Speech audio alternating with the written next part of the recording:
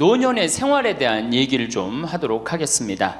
우리나라가 자식에 대한 관심은 세계에서 1등인데 노인에 대한 관심은 선진국 중에서는 꼴등인 것 같아요.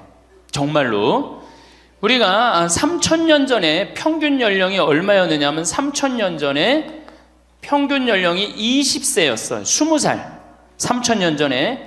근데 1900년, 지금으로부터 100년 전에 평균 연령이 몇 세였냐면 47세였어요.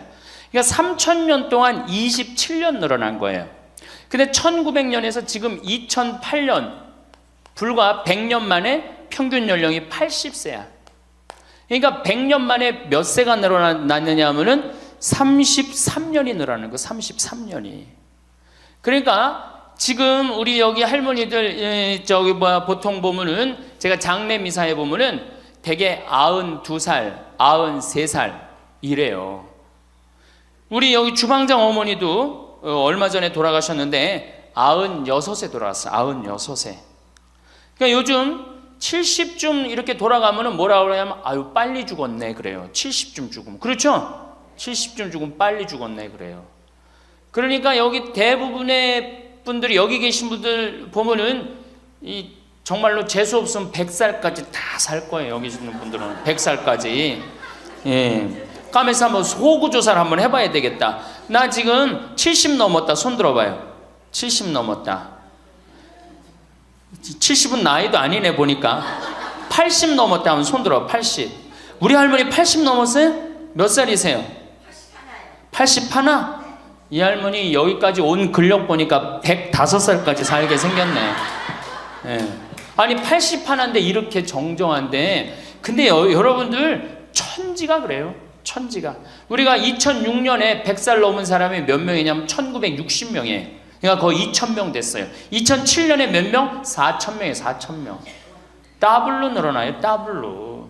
일본은 100살 넘은 사람이 3만 명이 넘어. 3만 명이. 그러니까 옛날에는 연령이 어떻게 돼 있었느냐 하면은 애들이 많았고 어른이 조금이었어요. 그래갖고 뭐 애들은 굉장히 많은데 나를 가면 갈수록 저거갖고 동네에서 60살 넘은 사람은 1명 내지 2명이야. 동네에서. 그러니까 60 환갑 넘었다 그러면 이렇게 지나가다도 환갑 넘은 할머니가 지나가면 절로 고개를 숙였단 말이에요. 어디 옛날에 할아버지 할머니 환갑 넘은 할아버지 할머니 지나가는데 담배를 펴요. 피다가도 얼른 끄지. 근데 지금은 이게 우리나라가 65세 이상이 500만 명이에요. 500만 명. 65세 이상이.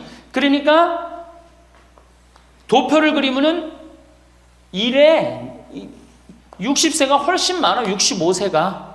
미국은 3,300만 명. 65세 넘은 분들이. 또 이 일본은 2천만 명.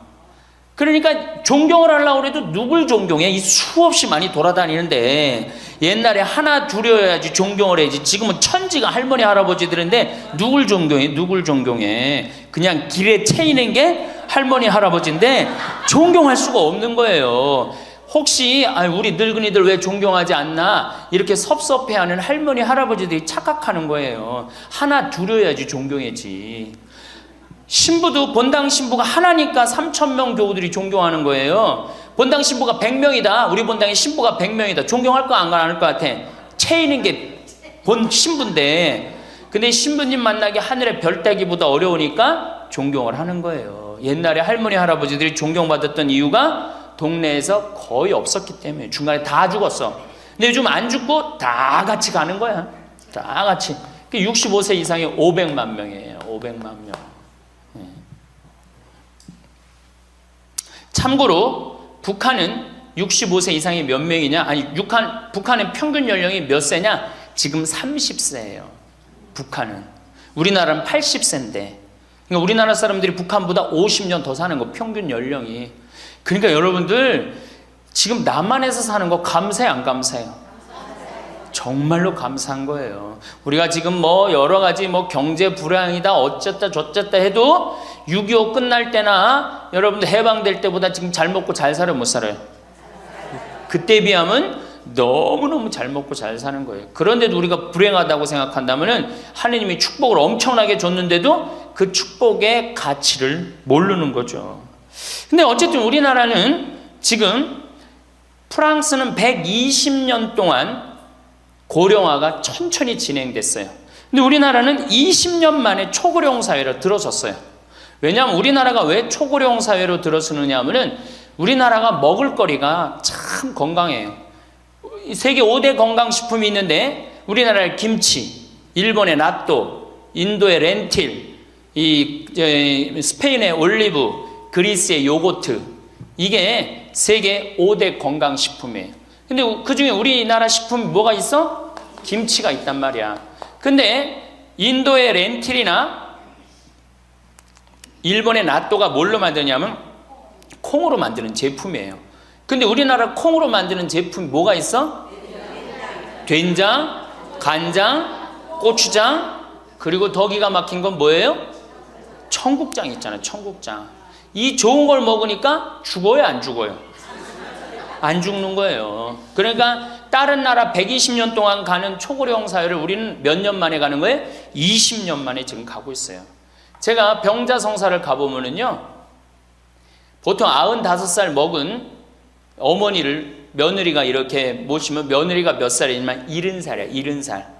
그러면 내가 병자성사를 가면 이렇게 누워있는 할머니, 그야말로 누워서 이렇게 죽 5년, 10년 받아 먹는 할머니, 이렇게 며느리가 손을 잡고 뭐라고 그러는지 아세요? 엄마, 왜 이렇게 안 죽어? 엄마가 빨리 죽어야지. 엄마도 덜 고생하고 나도 덜 고생하지. 그 보는 앞에서 죽으랜다니까요. 손잡고. 그리고 꼭 하는 말이 있어요.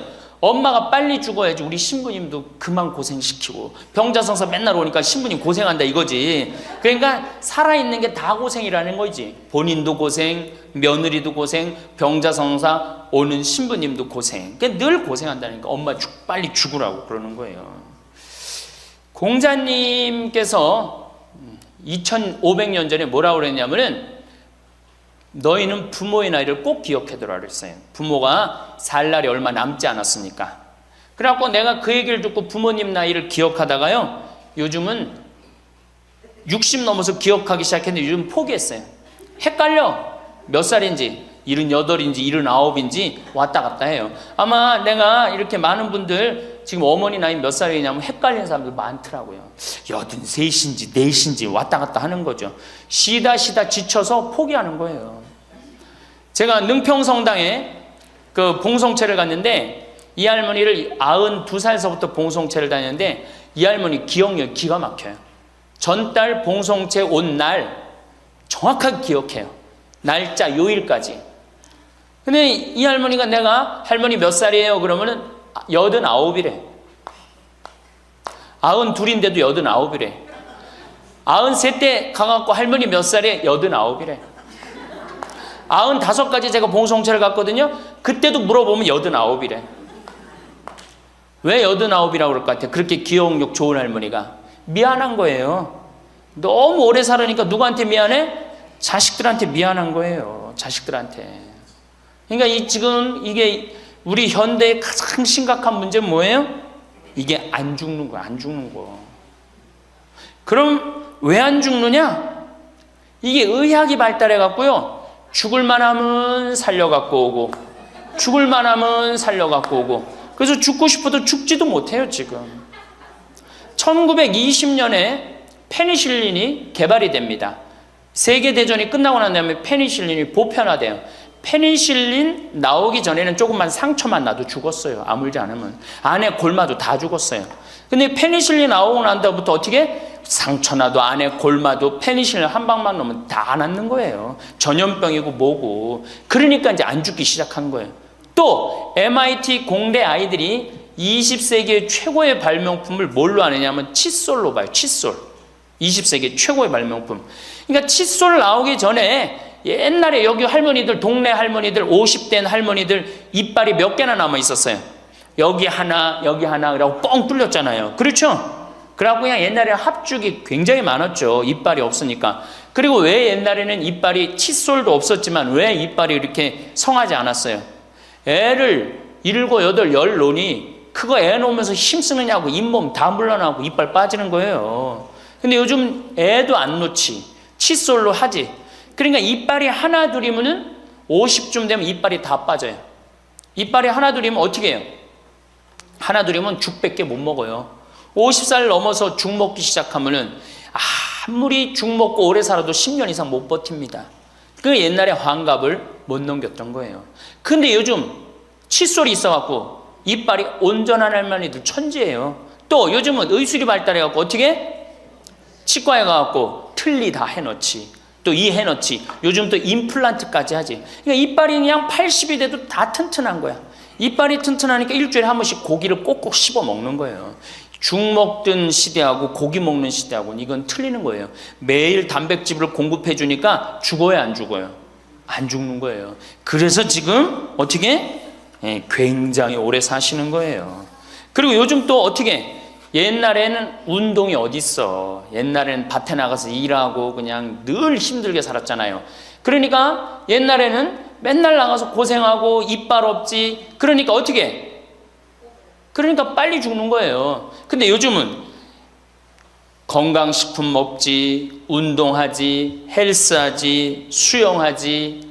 이게요, 이래서 얼마나 오래 사는지 몰라. 저 뒤에 계신 분들, 지금 40대, 50대 되신 분들 손 들어보세요. 40대, 50대 되신 분들, 여러분들은 120살까지 살아. 120. 정말이에요. 여러분들은 120살까지 삽니다. 그러면 여러분들 지금 몇 년 남은 거야? 70년 남은 분들 많아요, 지금. 지금 자식이 문제가 아니라 누가 문제야? 여러분들이 문제예요, 지금. 자식 걱정할 때가 아니에요, 지금. 70년이면 작은 시간이에요? 70년이면 엄청나게 긴 시간이에요. 이 70년 동안 뭐하고 살 거냐?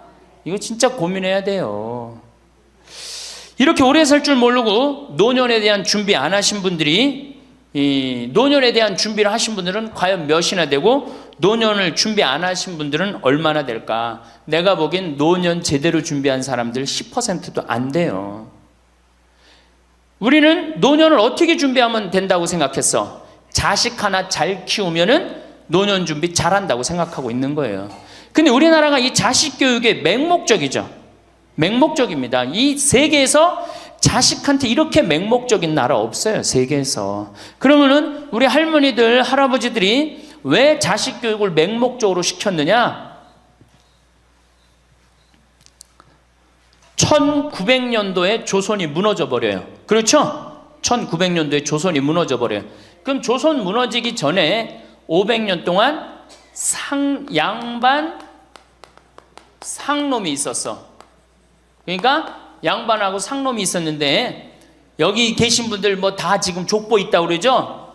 나도 사실은 우리 집 족보 있다고 그러지만은 이게 얼마나 믿어야 될지 몰라. 왜냐하면은 조선시대 양반이 10%밖에 안 됐어요. 100명 중에 10명만 양반이었어요. 충청도가 10%, 경상도는 4%밖에 안 됐어요. 그러면 90%는 다 뭐야? 상민이야, 상민. 노예든 노비든 뭐 백정이든 전부 다 서름 받고 살았어요. 옛날에 노비가 얼마나 서름을 받고 살았느냐면은, 말을 타고 지나가다가도 양반 집을 지나가면은 양반 이 담이 시작되는 곳에서 말에서 내려야 돼요. 말 타고 양반 못 지나가요. 그러면은 말을 끌고 가다가 양반 담이 끝나는 데서 다시 타고 갔어요. 만약에 그냥 말 타고 지나가다가 걸리면은 멍석마리로 맞았어요. 그러니까 그냥 수백 년 동안 서러웠던 게 1900년대 순식간에 무너져 버렸어. 양반, 상놈, 계급이 무너져 버렸단 말이야. 이제 뭐만 하면 출세할 수 있어? 공부만 하면 출세할 수 있었던 거예요. 공부만.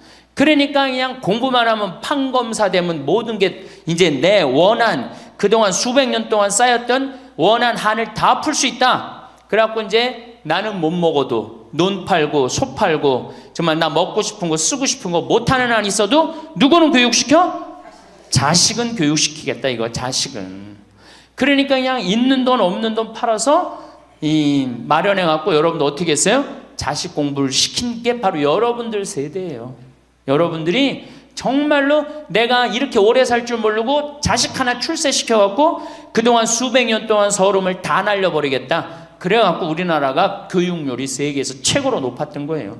근데 지금 젊은 사람들은 왜 그러는지도 모르고 지금은 무조건 그 전통을 이어받아 갖고 자식한테 미쳐서 교육을 시키는 거고, 지금 젊은 사람 30대 40대는 할머니 할아버지들 세대는 그 서러움을 날려버리고 싶어서 자식을 교육을 시켰던 거예요.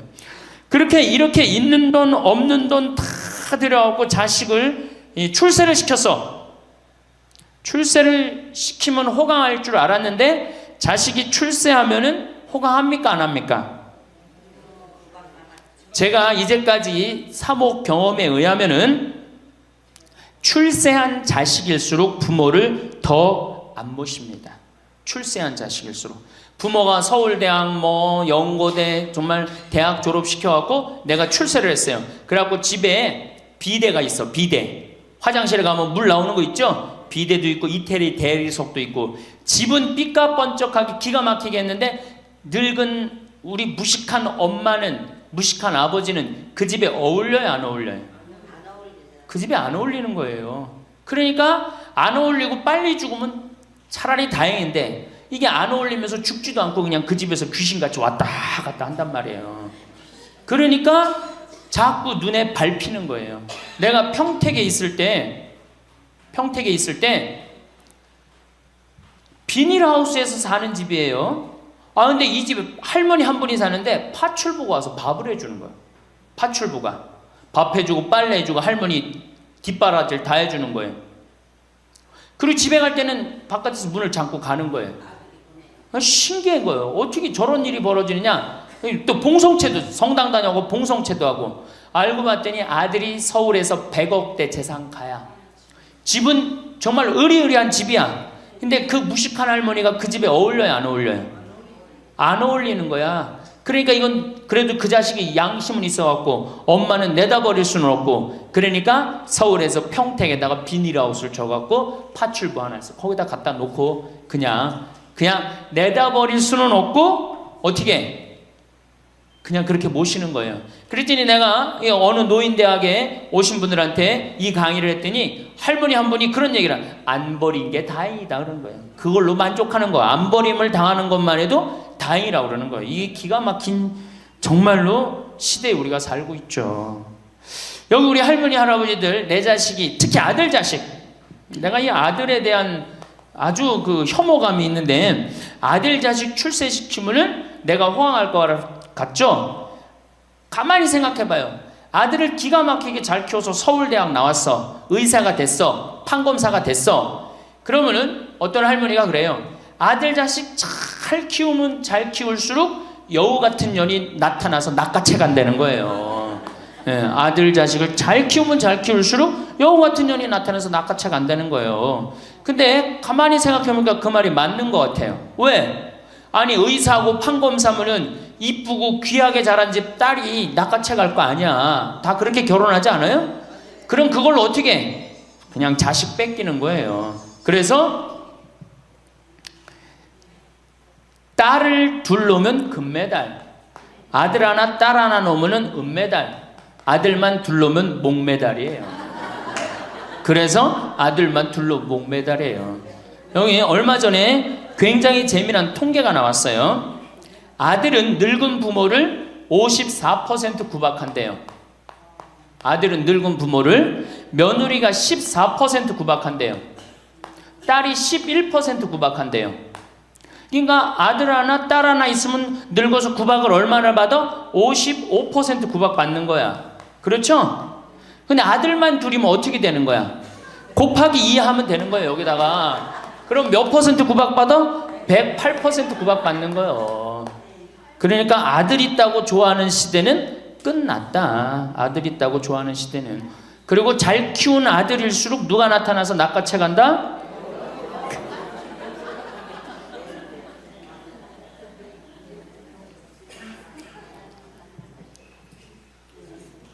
물론 아들이라고 다 불효자는 아니에요.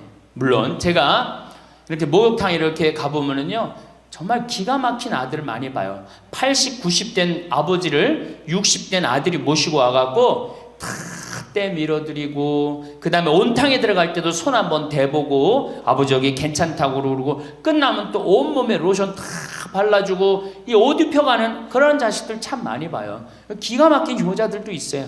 또 음식점에 가보면은 큰 늙은 그냥 꼬부랑 할머니 모시고 와갖고 고기 구워서 입에 넣어드리는 자식들도 참 많이 봐요. 그렇게 효도하는 자식들도 있는데 그 몇 퍼센트냐? 10% 이상 넘지 않을 거려. 우리 집도 이 둘째 아들이 기가 막힌 효자예요. 내가 봐도 참 효자예요. 좋은데 구경시켜드린다고 그 시와오 갈대숲 그리고 회도 사드리고 시간 되면 여행도 모시고 기가 막혀요. 근데 그런 아들이 몇이나 되겠느냐?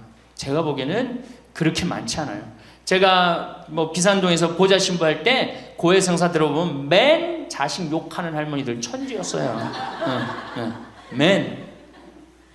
우리나라가 자식에게 이 사교육비로 쏟아붓는 돈이 세계 1등입니다. OECD 국가, 경제개발협력기구 국가 중에 1등이에요. 1등. 올해도 자식한테만 사교육비가 얼마 들어가? 20조 원을 쏟아넣었어요.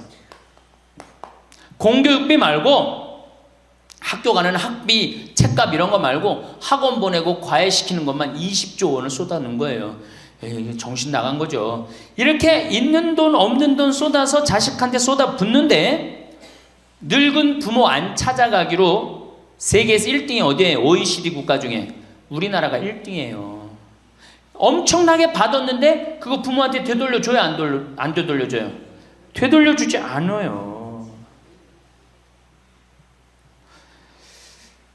이게 받아만 한 자식은요 줄 모릅니다. 받아만. 근데 우리나라 부모님들이 교육을 정말 잘못하는 게 뭐예요? 초등학교, 중학교, 고등학교, 대학교, 대학원 장가 갈 때까지 어떻게 해? 다 해줘. 자기 허리 휘는 거 모르고. 미국은요 10살이 돼 애가 10살이 되면은 동네에서 얘네들은 16살이면 운전면허증을 딸 수 있어요. 16살이면. 그럼 10살 생일 때 얘네들이 뭘 하느냐 하면은 동네에 돌아다니는 차, 자기 마음에 드는 차 있죠? 그걸 찍어요. 저 집의 아저씨 저 차는 내가 나중에 6년 후에 살 거다. 그 6년 후에 사면 우리나라는 당장에 6년 후에 누구한테 매달려? 엄마한테 사달라고 매달리잖아요. 근데 얘네들은 절대 안 그런다는 거예요. 그 차를 사기 위해서 아르바이트를 하는 거예요. 돈을 모으는 거예요. 이 미국의 대학생들은 아르바이트를 36% 하는데 우리나라 대학생들은 아르바이트를 5%밖에 안 해요. 그러니까 얘네들 6년 동안 돈을 모으는 거예요. 그러면은 자기가 그 차를 찍으면 그 차 주인은 알고 있어요. 저 아이가 내 차를 살라고 찍어 놓은 거다. 그럼 6년이 지나면 차가 꼬물될 것 같아? 안 꼬물될 것 같아? 꼬물되죠? 그래도 절대 안 판다는 거예요. 왜냐하면 찍어 놓은 아이가 있으니까. 그래갖고 6년이 지나면은 걔가 6년 동안 모아둔 돈이 얼마나 되겠어. 그래갖고 16살 때 운전면허증이 따면은 그 집에 온대요. 내가 아저씨 차 살라고 6년 동안 돈을 모았다. 근데 6년 동안 모아갖고 모자라잖아요. 근데 이미 차는 고물이 다 돼 있고, 그러면 그 아저씨가 너 잔디 앞으로 6개월 동안 깎어라. 그러면 내가 이 차를 줄 테니까. 그렇게 해서 자기 차를 구입한다는 거예요. 그러니까 걔네들은 미국의 아이들도 차 하나를 구입해도 어떻게? 아무리 부잣집 아이들 때더라도 다 자기가 아르바이트해서 하는 거예요. 그 16살만 되면 독립한다고 생각을 해요. 차 자기가 구입하죠. 집도 자기가 구입합니다. 결혼해서 살 집도 자기가 돈 벌어서 다 해요. 그리고 여자를 데리고 오지 우리나라처럼 일단 여자 데리고 오면 부모님이 집 얻어주는 이 기가 막힌 거죠. 여러분들 우리나라 60대 되신 부모님이 자식 뒷바라지 책임져주는 비율이 83%예요. 그러니까 대부분의 할머니 할아버지들이 60이 돼도 누구 뒷바라지 해주느냐고 허리가 휘어? 자식들 뒷바라지 안 하고 허리가 휘는 거예요. 우리 집에 캐나다 원어민 선생님, 수원에 있는 중학교 영어 원어민 선생님이 일주일 동안 우리 집에 와서 농사를 배웠어요. 그런데 이름이 디아나라고 그러는 여선생님인데 내가 그 친구랑 이렇게 얘기를 하는데 한국에 오니까 너무너무 이상하대요. 뭐가 이상하냐고 그러니까 애들이 학원 다니는 것도 이상하지만은 고등학교, 대학교 결혼할 때까지 부모가 돈 다 대주는 게 이상하다는 거예요. 자기네 캐나다가 우리나라보다 훨씬 잘 살아요. 자기네 나라는 고등학교 졸업하면은 부모님 이제까지 키운 거 고생했다. 그리고 그 다음에 다 자기네들 알아서 독립한대요. 부모님 그동안 하드워크 열심히 일했다 이거예요. 근데 그 늙은 부모님한테 붙어갖고 부모님 괴롭히면 안 된다 이거죠. 근데 우리나라는 그런 생각 해야 안 해요? 마지막까지 다 뺏어 먹는 거지. 그리고 이제 늙으면은 귀찮다고 내다버리고.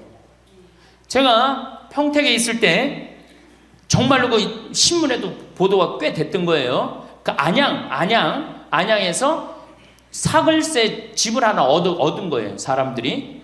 그래갖고 미리 짐부터 붙인다고 그랬는데 짐이 하나 왔어. 큰 짐이 왔는데 짐을 짐이 왔는데 뭐 사람도 없고 그러는데 그 짐 안에서 이상한 소리가 나갖고 열어보니까 할머니를 그 안에다 넣고 붙인 거예요. 할머니를. 그래갖고 아니 도대체 어떻게 된 거냐? 자식이 누구냐? 이름을 밝히질 않는 거예요. 자기 아들이 공무원이거든. 그러니까 밝히지 않는 거. 자, 그 자식 생각한다고. 그거는 여러분들 자식 교육이 아니에요. 그런 자식 살아서 뭐 할 건데. 그런 자식 키워서 뭐 할 건데. 그러니까 우리나라는 이게 자식한테 너무 맹목적인 사랑을 하면서 그게 교육인 줄 알고 있는 거예요. 자기가 인생을 살아가면서 힘든 것도 배우고 즐거운 것도 배우고 보람도 느껴야 되는데 너는 뭐만 잘하면 돼? 공부만 잘하면 돼. 공부만 잘하면 돼. 그러니까 자기만 알고 자란 놈이죠. 그러니까 이기적으로 자란 놈이 이타적으로 살 것 같아요? 절대 못 삽니다. 우리 어렸을 때는 어머니가 부침개를 했어. 그럼 어떻게 해요? 이 집에도 갖다 줘라, 저 집에도 갖다 줘라. 그러면서 동네 돌아다니면서 이 갖다 주는 재미, 그러면서 나누는 것도 배우잖아요. 요즘 애들이 그런 애들이 어디 있어요? 아파트 문 닫으면 끝인데. 그렇게 자라는 애들이 남을 생각할 것 같아요? 어떻게 해서든지 4배만 채우면 되는 걸로 자랐지. 저는 요즘 텔레비전에서 우리나라 지금 정책 결정할 때 너무 답답한 결정들이 굉장히 많이 나와요. 어떻게 저런 결정을 할까? 국민들 생각을 하는 걸까? 안 하는 걸까? 그런데 그 결정하는 애들이 다 누구야? 초등학교 때 공부 잘하고 중학교, 중고등학교 공부 1, 2등 하고 서울대학 가갖고 행정고시, 외무고시 이런 거 다 합격한 애들이 결정한 거예요. 자기만 알고 자란 애가 결정하는 거예요. 내가 하버드대나 몇몇 대학에 들어가는 그 활동 그것도 써준 적이 있는데 그 들어가는 애들, 걔네들은 뭘 제일 중요하게 여겨요? 봉사활동. 사회봉사활동을 얼마나 잘했느냐. 그러니까 1년, 2년 세계로 돌아다니면서 봉사활동 하는 거예요. 근데 우리는 봉사활동도 다 어떻게? 다 거짓말로 꾸며갖고 들어가는 거예요. 여기 그렇게 써달라고 오는 사람들도 많아요. 그리고 봉사활동 오겠다고 그러고도 약속 어기는 사람들도 많아요. 정말로 그렇게 해갖고 자식을 키우면은 뭐 할 건데요? 83%가 60세에 책임을 지는데 70세에 돼갖고는 몇 퍼센트가 책임지느냐 하면은 64%가 자식을 책임져요. 70이 됐는데도. 그런데 일본은 9%, 70이 돼갖고 자식 책임지는 부모는 9%예요. 홍콩이 11%. 그러니까 우리나라 50% 할머니 할아버지들은 늙어 죽을 때까지 누구한테 뒷바라지 하다 죽어요? 자식 뒷바라지 하다 죽어는. 이걸 문서 없는 노비라고 그래요. 문서 없는 노비야. 완전히 죽을 때까지 노예야, 노예. 그러니까 그렇게 하시면은 안 됩니다. 이제 여러분들 인생을 사셔야 돼. 자, 효도가 사라진 시대예요. 이제는 부모가 애절해야지 효도를 하지. 부모가 내가 부모가 없으면 내가 정말로 이게 안 되겠구나 이래야 되는데 지금 내가 50, 60이 됐는데도 부모가 살아있어, 안 살아있어요? 50, 60이 돼도 부모가 살아있어요. 내 몸 하나 건사하기 힘든데 누구까지 책임져? 80, 90된. 어제 성당에서 교육을 받으러 왔는데 자기 부모 살아있는 분 손들어 보니까 많더라고요. 몇 살이냐니까 100살이래, 100살. 그래갖고 자식들이 어떻게 됐냐고 그러니까 자식들이 먼저 죽었대요. 너무 오래 살으니까 자식 앞세우는 할머니들도 굉장히 많아요. 100살. 100살이래요. 요즘 90 넘는 거는 아주 쉬운 일이에요. 웬만해야지 효도할 거 아니야. 먼저 죽는데, 모시다가 먼저 죽는데. 조선시대만 하더라도 부모님을 그저 10년만 정성스럽게 모시면 부모님이 알아서 돌아가 주셨어요. 알아서 돌아가 주셨어요. 그런데 요즘 부모님들은 20년을 모셔도 30년을 모셔도 돌아갈 생각을 안 하는 거예요. 100살을 산다면 거의 50년을 모셔야 되는 거예요. 그러니까 자식들이 부모 모시다 지치는 거예요. 자식들이 부모 모시다 지치는 거예요. 김병에 효자 없다는 말뿐만 아니라 오래 사시는 늙은 부모님한테도 효자 없게 되어 있습니다. 생각해 보십시오. 내 나이가 70이 다 됐는데도 내 몸 하나 건사하기도 힘든데 100살 된 부모님 모시는 거 쉬운 일이 아닌 거예요. 제일 좋은 건 뭐예요? 내가 늙어 죽을 때까지 자식한테 의지하지 않고 살다가 돌아가실 때는 꼴까닥 죽어버리는 거야. 돌아가실 때는. 그러니까 지금 자식하고 같이 붙어서 산다 이런 생각 꿈도 꾸지 마시고 그냥 나 혼자 살다가 어떻게 죽을 때 꼴까닥 죽으면 되는 거. 죽을 때 신부님 그래도 자식이 내 임종은 봐야 되지 않느냐. 임종은요 부모님 조선시대에 또 그 전에 한 평균 연령 37세 40세 때 자기 부모님 돌아가시는 거 못 보면 한이 됐어요. 그렇죠? 근데 지금 임종 볼 필요 없어요. 볼 만큼 봤어. 아주 지겹게 봤어. 뭐 임종까지 봐요. 그냥 주무시다가 꼴까닥 돌아가시는 게 제일 좋으신 거예요. 이 꼴까닥 돌아가시는 방법은 내가 이제 네 번째 시간에 알려드리도록 하겠습니다. 신부님 어떻게 꼴까닥 돌아가는 방법이 있습니까? 방법이 있어요. 꼴까닥 죽는 방법이 있어요. 우리 옛날에 뭐라 그래? 요즘 뭐라 그래? 9988이라고 그러죠? 99세까지 팔팔하게 살아라. 이 방법이 있어요. 이건 제가 이제 말씀을 드릴 거예요. 환갑, 진갑 다 찾아 먹네. 그러면 진짜 오래 살았다는 얘기죠. 환갑은 몇 살 때 환갑 잔치를 해요? 60에 하죠? 그 다음에 진갑은 61. 진짜 오래 살았다고 그래서 진갑이야. 61만 살아도 진짜 오래 살아. 근데 요즘은 고희 70. 그렇죠? 그 다음에 희수 77, 미수 88, 백수 99. 이거 잔치하는 사람들 천치예요. 천지. 자식 하나 대학 졸업시키는데 드는 돈이 약 3억 정도 들어가요. 3억. 내 자식 둘을 졸업시켰다. 그럼 얼마가 들어가? 6억이 들어가. 6억. 셋을 졸업시켰다. 9억이 들어가. 9억.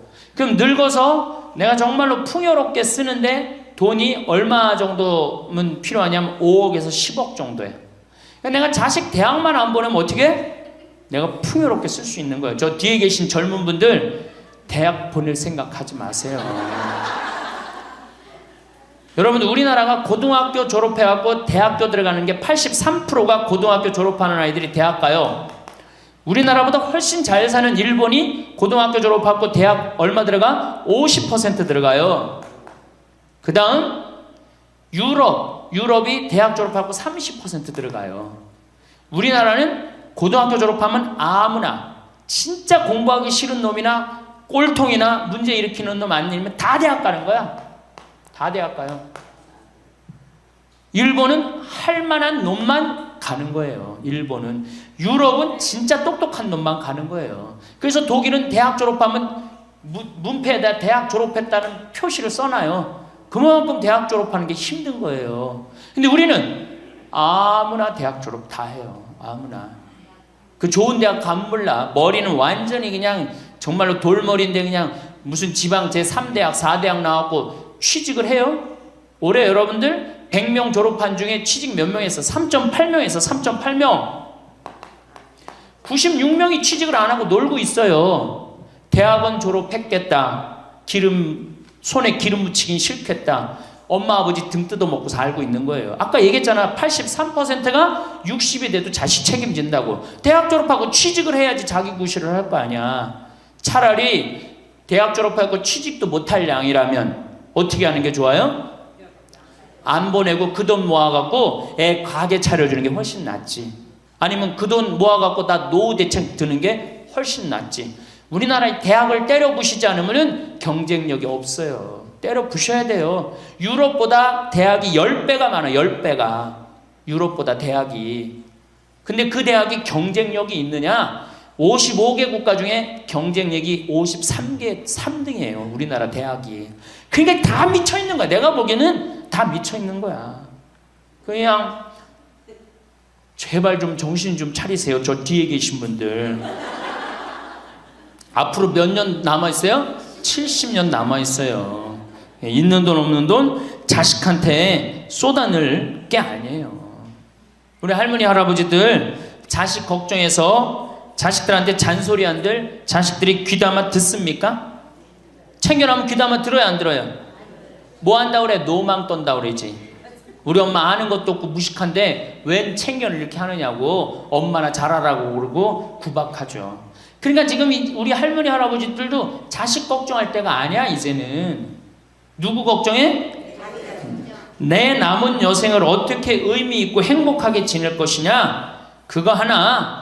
나 자식한테 부담 안 주고 내 속 썩이는 거, 나 하나 속 안 썩이고 나 혼자 행복하게 사는 게 진짜 그 좋은 거예요. 제가 외국 여행 다녀보니까 선진국에서 돈 쓰는 사람들은 다 할머니 할아버지들이에요. 백화점에서 양장 사 입고 양복 사 입는 분들 다 누구야? 할머니 할아버지들이에요. 내가 뭐 프랑스 파리 쌍젤리제 거리, 그 다음에 이탈리아 나보나 광장 이런 데 다 다녀보잖아요. 밤에 누구만 돌아다녀요? 할머니 할아버지들만 돌아다녀요. 거기서 다 팔짱 끼고 나와서 와인 마시고 맥주 한 잔 마시고 그리고 들어가세요. 우리나라 명동 밤거리에 누구만 돌아다녀요? 젊은 애들만 돌아다니죠? 할머니는 그 시간에 뭐해? 뒷방에 쥐처럼 웅크리고 있는 거예요. 정말로. 그래갖고 명동에 나가면 할머니들 할아버지도 구경할 수 없는데 탑골 공원에 가보면 할머니들이 거기서 뭐하고 비둘기하고 놀고 있잖아. 놀아주는 사람도 없으니까 비둘기하고 놀아주고 있는 거예요. 제발 그러지 마시고 가지고 있는 거 쓰고 돌아가세요. 쓰고. 그리고 제발 다니세요. 그리고 우리 할머니들 지금 오늘 1박 2일 이렇게 나와주는 거 이거 며느리한테 굉장히 좋은 거예요. 나 며느리랑 산다 한번 손 들어봐. 며느리랑 사는. 며느리랑 사는 분은 가능한 한 집에서 자꾸 나가주는 게 좋은 거예요. 하루라도 집을 비워주는 게 며느리가 좋은. 생각해봐. 30년 40년 시어머니하고 같이 산다고 생각을 해봐요. 아침부터 저녁까지 그냥 얼굴 마주보고 산다고 생각해봐. 얼마나 힘들어. 귀 있을 때마다 뭐 해주는 게 좋아? 나가주는 게 좋은 거예요. 그러니까 가능한 한 나가 돌아다니고, 예? 아침에 해 뜨면 집에 나와갖고 해 지면 집에 이제 들어가는 거 그게 좋은 거예요. 그래갖고 청승맞게 탑골공원 그런 데 가면 안 되고 이런 데 그냥 노인대학. 우리 천주교가 진짜 잘하는 게 뭔지 아세요? 노인대학이에요. 노인대학. 이거 정말로 천주교 진짜 잘하는 것 중에 하나예요. 우리나라 경제가 왜 안 돌아가는 줄 아세요? 할머니 할아버지들이 돈을 안 써서 경제가 안 돌아가는 거예요. 할머니 할아버지들이 돈을 안 써서 경제가 안 돌아가는 거 생각을 해봐. 옛날에는 할머니 할아버지들이 조금밖에 없었잖아요. 쓰면 얼마나 써, 이 할머니 할아버지들이. 애들이 돈 썼잖아요. 근데 지금은 어때? 이렇단 말이야. 이 500만 명이 돈을 안 쓴단 말이야. 돈을 왜 안 써? 돈을 왜 안 쓰냐면은 내가 가지고 있는 집 이거 누구한테 물려주려고 안 쓰는 거야? 자식한테 물려주려고 안 쓰는 거야.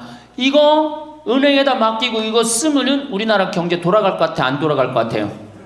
팍팍 돌아갑니다. 팍팍. 할머니들이 여행도 많이 다니고 옷도 많이 사고 맛있는 것도 많이 사고 사 먹고 그러면 경제 팍팍 돌아가. 아 근데 이 500만 명이 돈을 깔고 뒷방에 딱 그냥 눌러 앉아서 안 쓰네. 그러니까 경제가 안 돌아가는 거예요. 다 쓰시다가 돌아가실 때 통장에 500만 원만 남겨놓고 돌아가세요. 500만 원만 통장에 다 쓰다가 신부님 500만 원으로 무슨 장례를 합니까? 부주금 들어오잖아. 부주금. 이 부주금 갖고도 싸우는 사람 많아요. 네가 더 갔느냐 내가 더 갔느냐 그리고 싸우고 앉아 있다고. 세상에 부모 돌아가셨는데 부주금 갖고 그래갖고 형제끼리 싸워갖고 죽고 그러는 경우도 많아요. 얼마나 이게 우리나라가 지금 정말 불행한 거예요. 다 쓰다가 통장에 얼마만 남기고 죽어? 500만 원만 남기고 죽을 때 어떻게 죽어? 꼴까닥 죽어버리란 말이야. 다 쓰다가 통장에 500만 원만 남으면은 꼴까닥 죽게 돼 있어요. 근데 안 쓰고 뒷방에 들어 앉으면은 10년, 20년 벽에 똥치라고 사는 거예요. 저는 우리 형제들한테 이미 공표했어요. 어머니가 돌아가시든지 아버지가 돌아가시든지 부주금 들어오면 형제들이 한 푼도 손 못 댄다. 그거 내가 다 가지고 과원이나 양론에 집 한 채 져준다. 어머니 이름이나 아버지 이름으로. 얼마나 멋있어. 그렇게 멋있게 살다가 가야 되지 않아요? 이건 죽으나 사나 내 자식밖에 모르고 사니 이게 얼마나 나라가 빡빡하고 답답해요. 우리나라 그냥 다른 빌 게이츠 240억 달러를 사회에 기증해놨잖아요. 우리나라는 어떻게 한 푼이라도 더 자식한테 재산, 돈 많은 사람들이 재산 자식한테 더 준다고 편법 쓰고 불법 쓰고. 아, 정말 얼마나 답답해요. 우리 할머니들은 다 쓰다가 통장에 500만 원만 남기고 죽든지, 만약에 죽으려고 그랬는데도 아직도 돈이 남았다 그러면은 본당 신부한테 갖다 줘. 에? 여러분 한시민한테 갖다 주란 말이야.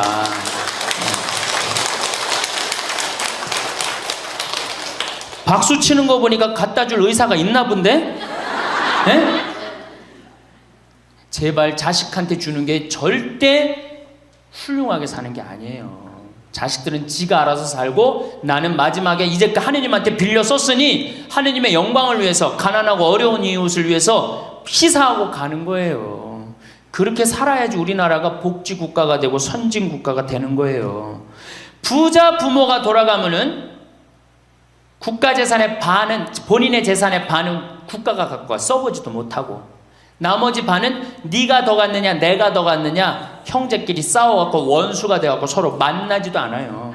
네, 만나지도 않아요. 근데 가난한 집 부모가 돌아가면은 이제 우리 부모 돌아갔으니까 우리밖에 안 남았다. 서로 나눠 가질 것도 없으니까 싸우지도 않고 어떻게 우애가 더 좋아진단 말이에요. 그걸 누가 만들어? 여러분들이 결정하는 거예요. 지금 아까 물어보니까 뭐 4억 5억 아파트 한 채 뭐 4억 5억, 야, 그 돈 남겨놓으면 자식이 좋아할 것 같아요? 서로 원수됩니다. 원수돼요. 그러니까 다 쓰다 돌아가세요. 냉면 먹고 싶으면 큰아들이 사줄래나 둘째 아들이 사줄래나 막내딸이 사줄래나 여름 내내 기다렸는데 한 놈도 와서 안 사줘. 그 억울해 안 억울해? 아니 냉면이 얼마나 한다고 5천 원이면 사 먹잖아요. 그럼 내 돈 주고 내가 가서 사 먹으면 되는 거를 큰아들이 사줄래나 둘째 아들이 사줄래나 막내딸이 사줄래나 그걸 기다려. 그렇게 청승을 떨고 살아요. 내가 가서 내가 사 먹으면 되는 걸. 근데 평생 나를 위해서 써봤어 안 써봤어? 이젠 써보세요. 나를 위해서 쓰는 연습을 하세요. 그래야지 나라 경제가 돌아가는 거예요. 나무는 뿌리가 썩으면은 나무는 튼튼하지 못해요. 열매는 맺을 수가 없어요. 근데 우리나라는 지금 뿌리 썩어요 안 썩어요? 노인이라는 뿌리, 부모라는 뿌리가 썩잖아요. 그러니까 나무가 튼튼하겠어요? 열매가 튼튼하겠어요? 이 열매들 내가 보기에는 요즘 중고등학교 젊은 애들 다 썩었다고 표현하면 좀 과할지 모르지만 내가 보기엔 96%는 대학까지 졸업하고도 놀고 앉아 있어요. 그러니까 제발 여러분들 그렇게 하지 마시고, 그렇게 할 양이라면 차라리 내가 남은 인생 이제까지 자식 고생시켰고 자식 공부하느냐고 고생했죠. 그렇죠? 그 다음에 노동해내냐고 고생했지. 이제 65세 넘어서 인생이 휴가 기간 아니야. 휴가라면 휴가를 멋있게 쓰다가 죽어야 될 거 아니에요. 이제 우리 할머니 할아버지는 휴가 아니야 지금? 휴가죠? 휴가라 오늘 여기 1박 2일 동안 온 거 아니에요 여기 지금? 그렇죠? 근사하게 살다가 멋있게 살다가 죽을 때는 통장에 500만 원 남겨놓고 죽을 때는 어떻게? 꼴까닥. 여러분 황창년 신부님 말씀 어떠셨는지요? 먼저 세상이 참 빠르게 변하고 있다는 것을 실감합니다. 예전 우리 젊었을 때와는 정말 많은 것이 달라졌습니다. 신부님 말씀처럼 이제는 100세 시대라는 말이 더 이상 낯설지 않습니다. 그만큼 우리가 건강하게 살아갈 날들이 예전보다 훨씬 길어졌다는 의미입니다. 이렇게 삶의 길이가 길어지면서 우리의 생각과 삶의 방식도 조금씩 변화가 필요합니다. 과거에는 자녀들을 잘 키워 그들에게 의지하며 노후를 보내는 것을 당연하게 여겼지만 요즘은 꼭 그렇지만은 않은 시대입니다. 신부님도 이 점을 짚어주시는데 자녀들이 각자 바쁜 삶을 살아가다 보면 부모님께 이전만큼 마음을 쓰기 어려울 수 있다는 것입니다. 그래서 이제는 자녀들에게 모든 것을 기대하기보다는 우리 스스로가 삶의 주인이 되어 자신만의 행복을 적극적으로 찾아 나서는 것이 중요합니다. 어쩌면 조금 섭섭하게 들릴 수도 있지만 곰곰이 생각해보면 우리 모두에게 더 건강한 방향입니다. 자녀들은 그들의 삶을 꾸려나가고 우리들은 우리대로 남은 인생을 더욱 즐겁고 의미 있게 만들어가야 합니다. 그런 의미에서 신부님께서 이제는 자신을 위해 돈을 좀 쓰십시오 라고 하신 말씀이 기억에 남습니다. 평생 가족을 위해 애쓰고 아끼셨다면 이제는 그 사랑과 관심을 여러분 자신에게 돌려볼 때입니다. 외국에서는 많은 분들이 여행도 다니고 새로운 것도 배우면서 활기찬 노년을 보내신다고 합니다. 우리도 충분히 그렇게 할 수 있습니다. 친구들과 맛있는 식사도 즐기고 가벼운 나들이도 다녀오고 평소 관심 있던 프로그램에 참여하며 새로운 사람들과 어울리는 즐거움도 느껴보시기 바랍니다. 모아둔 것을 자녀에게 물려주는 것도 좋지만 살아있는 동안 스스로를 위해 충분히 사용하며 행복을 누리는 것이야말로 정말 지혜로운 삶입니다. 자녀 교육에 대한 신부님의 생각도 인상 깊습니다. 무조건 좋은 대학에 보내고 사회적으로 성공시키는 것만이 최선은 아니라는 것입니다. 그보다는 자녀들이 스스로 독립적인 삶을 개척해 나갈 수 있도록 돕는 것이 더욱 중요하다는 말씀에 고개가 끄덕여집니다. 이미 자녀들을 다 키우신 분들도 많으시겠지만 손주들을 생각할 때 참고할 만한 지혜입니다.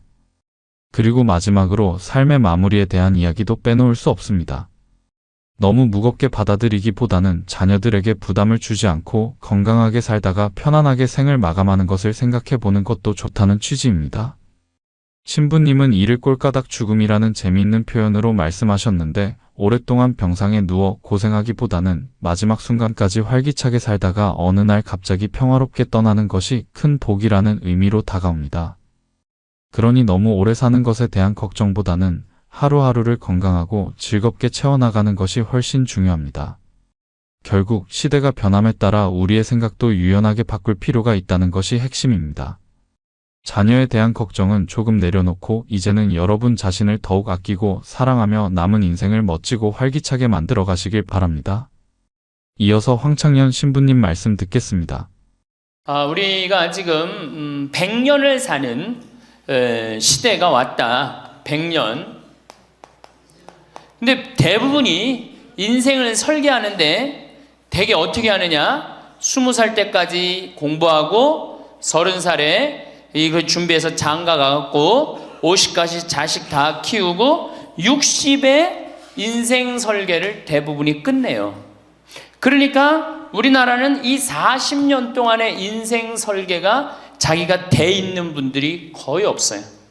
40년 동안 내가 우리 말에 이런 게 있지. 노세 노세 젊어 노세 늙어지면 못 노나니. 그런 노래 있죠. 노세 노세 젊어 노세 늙어지면 못 노나니. 이게 1950년대 나온 노래예요. 근데 1950년대 평균 연령이 46세였어요.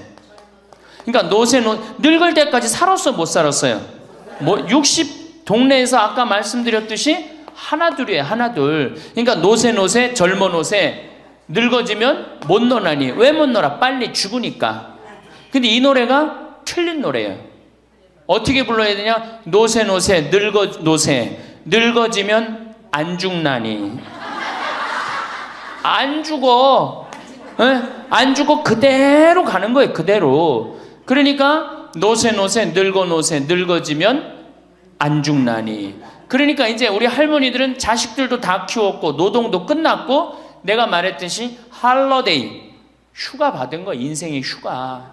이 휴가 받은 이 인생 동안 뒷방에 쭈그리고 살 것이냐, 다녀보지 못한 데 다니고 먹고 싶은 거 못 먹은 거 먹고 다닐 거냐는 누가 결정하냐면 할머니들이 결정하는 거예요. 할머니들이.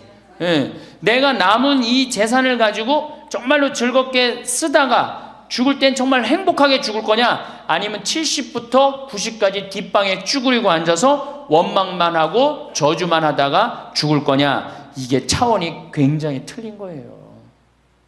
그래서 우리가 인생을 한 번쯤 내 앞으로 20년이 남았다, 30년이 남았다, 이걸 한 번쯤 깊이 생각해 볼 필요가 있는 거예요.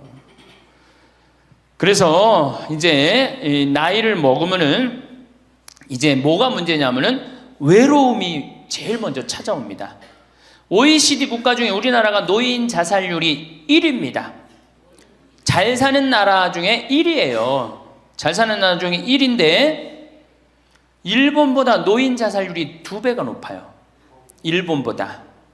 우리가 1996년에는 10만 명당 할머니 할아버지들이 자살하는 할머니들이 28명이었는데 2006년 10만 명당 50명이 훌쩍 넘어버려요. 50명이. 자식도 찾아오지 않고 특히 할머니나 할아버지 둘 중에 하나가 아파서 들어눕거나 세상을 떠나면 급격히 우울해지는 거예요. 여기 우리 할머니들 아까 뭐 말씀 들어보니까 할아버지들 왜 안 모시고 왔냐고 그러니까 집 지켜야 된다고 그리고 할머니들만 전부 다 오셨다고 그러는데 우리 할머니들 지금 뭐 자식 걱정하고 자식 신경을 쓰는데 만약에 지금 할아버지가 돌아가시잖아요. 그럼 할머니들은 그날로 고아되는 거예요. 할아버지가 돌아가시는 날로 고아되는 거예요. 왜? 늙은 나랑 누가 밥 아침 점심 저녁 같이 먹어줄 건데 누가 나랑 같이 텔레비 봐줄 건데 아무도 없어요. 오로지 남편이 있으니까 어떻게 같이 텔레비전도 보고 밥도 먹고 혼자 먹는 거랑 같이 먹는 거랑 굉장한 차이가 나요. 혼자 먹는 거랑 같이 먹는 거랑. 그러니까 내가 내 남편이 죽었다 그날로 고아되는 거예요. 그날로. 올 들어 일본에서 노인이 집에서 병간호하다가 배우자를 살해한 사건이 30건이 발생을 합니다. 그러니까 남편 주로 여자는 자기 남편이 쓰러져도 끝까지 그걸 보살피면서 살아요. 여자는. 근데 남자는요 보살피다가 지치면요 죽여버려요. 그냥 너무너무 힘들으니까. 그러니까 제일 좋은 건 뭐야? 제일 좋은 거는 남편이 먼저 죽고 그 다음날 여자가 따라 죽는 게 제일 좋은 거예요. 네. 할아버지가 먼저 죽고 그 다음날 할머니가 따라 죽는 게 제일 좋은 거예요. 그러니까 할머니들이 쓰러지면 안 돼요. 할아버지들이 쓰러지면 이게 돌보는데 할머니들이 쓰러지면 안 돼요. 그래서 범행 후 대부분 뭐라 그래? 병간호가 너무 힘들었다, 지쳤다 그렇게 얘기를 합니다. 올해 5월 26일에 부인을 살해한 할아버지가 89살 할아버지가 85살짜리 할머니를 죽였어요. 이 할아버지가 대기업 출신으로서 정년퇴직하고 연금생활까지 버젓이 하는 할아버지예요. 근데 지난 작년 9월부터 부인이 파킨스병에 걸린 거예요. 부인이 우울증까지 이제 겹쳐갖고 한층 어려운 상황이 됐어요. 근데 할아버지가 정말로 성실하게 보살폈어요. 근데 3월 달에 할아버지가 이게 넘어져갖고 여기 대퇴부, 여기가 그냥 엉치뼈가 부러져 버린 거예요. 그러니까 이 병원 치료에도 불구하고 자꾸 힘들어지니까 어떻게 결국은 남에게 패 끼치니 차라리 죽는 게 낫다. 그러고 그냥 죽여버린 거예요. 근데 이때 이 판결이 어떻게 나왔느냐 하면은 할아버지가 할머니를 죽인 거를 엄중하게 추궁하면서도 부인이 병 때문에 이전과는 전혀 다른 사람이 된 것을 비관하여 동반 자살을 시도한 것에는 동정의 여지가 있다. 그러면서 3년 징역형을 하고 5년 집행유예를 내려요. 그러면서 마지막 할아버지한테 뭐라고 그러냐면 할머니 명복을 빌어주라고. 그러니까 이제 감옥에는 안 넣은 거죠.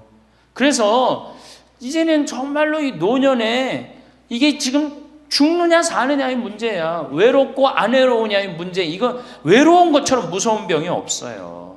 제가 여기 생태마을에 혼자 밥 먹잖아요. 사정원에서 혼자 밥 먹어요. 그러면 혼자 밥 먹는 게 뭐가 재밌어요? 작년에 우리 집에 안식년하는 신부님이 2분이 와 계신데 2분하고 이렇게 밥 먹는데 밥 먹는 시간이 너무 재밌는 거예요. 얘기도 하고 뭐 누구 흉도 보고 뭐 무슨 일 얘기 잘 모르는 정보도 얘기하고 너무 텔레비전도요. 저는 혼자 텔레비전 보면 재밌을 것 같아요? 재미없어요. 나는 우차사나 개그 콘서트를 한 번도 본 적이 없어요. 근데 안식년하는 신부님 오고 난 다음부터 내가 우차사를 1년 내내 봤다니까. 혼자 보고 웃는 건 그거는 정말로 이상하잖아요. 혼자 보고 막 방에서 혼자 깔깔고 미친 거죠. 혼자 보고 웃고. 근데 신부님하고 나하고 안식년한 이용삼 신부님하고 같이 1년 동안 저녁에 우차사를 봐도 재밌고 뭘 봐도 재밌는 거야. 둘이가 그래서 좋은 거예요. 신부 그냥 혼자 밥 세끼 먹고 혼자 저녁에 텔레비전 보고 정말로 그거 쉬운 게 아니거든요. 근데 할머니들은 나는 원래 처음부터 그랬으니까 그걸 어려니 했는데 둘이 텔레비전 보고 둘이 밥 먹다가 어느 날 갑자기 둘 중에 하나가 죽었다. 그럼 그날로 고아되는 거예요. 그 외로운 시간을 자식들이 이해하지 못한단 말이에요. 절대 이해하지 못해요. 그래서 다정하게 와갖고 아침부터 저녁까지 있었던 일을 얘기하겠어요? 뭘 얘기하겠어요? 근데 우리나라는 이 부부가 60 넘은 부부가 애인같이 살아야 되는데 이건 애인같이 사는 게 아니라 왼수같이 살아. 그래요, 안 그래요? 왜? 우리는 결혼하자마자 어떻게 했어? 자식 키우느냐고 엄마는 정신없이 바쁘고 아빠는 나가서 돈 버느냐고 정신없이 바빴어요. 그래갖고 둘이서 데이트할 기회가 없었어. 데이트할, 연애할 시간이 없었어. 근데 어느 날 갑자기, 그래서 우리나라는 안사람 바깥사람 그랬잖아요. 근데 어느 날 갑자기 바깥사람이 이게 안 죽으면서 당신이 이제 사회에서 필요 없으니까 어떻게 해라, 집으로 가라. 그래갖고 집에 들어가고 안방에 들어와서 안사람이 되는 거예요. 평생 사랑한다는 말 한 번 안 하고 다정하게 뽀뽀 한 번 안 했는데 이게 둘이서 같이 사니 이게 집안이 평화로워요? 안 평화롭지? 그러니까 서양은 20대 만나갖고 안 맞으면 30대 바꾸고 30대 만나갖고 안 맞으면 40대 바꾸고 40대 만나갖고 안 맞으면 50대 바꾼 부부가 50대부터 100살까지 애인같이 산대요. 소중함을 알아서.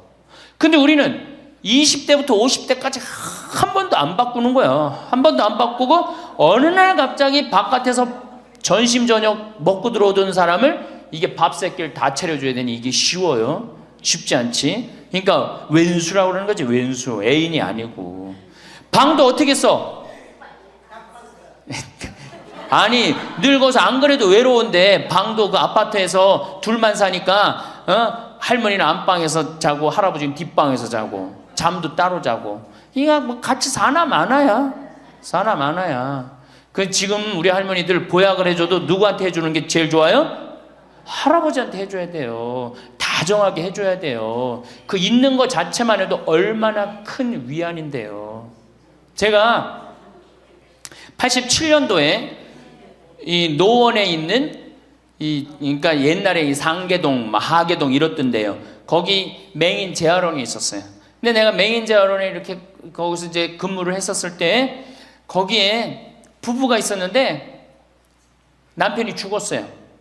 남편이 죽어갖고 내가 뭐 정말 염도해주고 그냥 성가도 잘 해주고 그랬는데 그 눈이 먼 그 자매가 그 방을 바꿔달라는 거예요. 그래서 왜 바꾸냐 그랬더니 여길 가도 남편 냄새, 저길 가도 남편 냄새. 남편이 너무 그리워서 못 살겠다는 거예요. 그러니까 그냥 지금은 소용이 없는 것 같지. 그렇죠? 빨리 죽었으면 좋겠고 귀찮지. 밥 새끼 해주는 거. 그런데 그 묵뚝뚝한 할아버지가 없으면요 정말로 외로워지는 거예요. 그러니까 할아버지들한테 좀 잘하세요. 자식한테 신경 쓸 거 할아버지한테 한 번만 더 신경 쓰세요. 진짜 지금 중요한 동반자는 누구야? 할아버지들이야. 구박 좀 하지 말고. 노년처럼 축복받은 삶이 어디 있어요? 저는요 여러분들처럼 80까지 사는 게 원이에요. 사는 게 얼마나 좋은데요. 사는 게. 제가 신학생 때 몸이 안 좋았어요. 건강이 안 좋았어요. 우리 뭐 15년 전에 우리 할머니들 나 봤을 때 내가 47kg였어. 47kg. 근데 지금 57kg야. 그러니까 신학생 때 내 이 허리띠가 여기에 정상적으로 있었던 적이 없어요. 여기 앉아있으면 여기 어디가 있고 딴 날은 여기가 있고 허리띠가 제자리를 잡은 적이 한 번도 없어요. 그러니까 내 동창 신부들이 이제 내일 모레 오는 호계동에 우리 최영남 신부하고 작년에 나하고 같이 살던 이용삼 신부가 신학생 때 그랬어요. 너 신부 돼갖고 40살까지 살면 이별 여행 가준다 그랬어요. 40살까지만 살아라 이거지. 그때까지 못 살 줄 알았거든. 내일 모레 죽을 것 같이 보였거든요. 그래서 40살까지 살면은 큰 컨테이너 트럭 하나 거기다가 먹을 거 침대 다 해갖고 세계 구경시켜주겠다 그랬어요. 근데 내가 신부가 되고부터 건강해지기 시작하는 거예요. 그러더니 그 비산동에서도 좀 건강해졌는데 이제는 여기 이제 평창에 와서 흙집에서 사니까 완전 건강해진 거예요. 그래서 내 목표가 40에서 바뀌었어요. 80으로. 왜?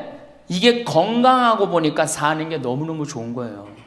밥도 맛있고 매일매일 이렇게 행복할 수가 없어. 이게 오래 사는 건 큰 축복이에요. 할머니 할아버지들 지금 6.25 전쟁 통해 안 죽었지, 교통사고로 안 죽었지, 암으로 안 죽었지, 지금까지 사는 건 하느님의 은총 축복 아니면 지금까지 못 살아요. 이 좋은 축복의 시간을 어떻게 살아야 돼? 행복하게 살아야 될 거 아니야. 그러니까 이 행복한 방법을 잘 알아야 돼요. 근데 노년에는 스스로 잃어버리는 게 너무 많다고 생각을 해요. 나이를 먹을수록 우리는 더 많은 슬픔을 견뎌야 하고 더 많은 것을 잃는다.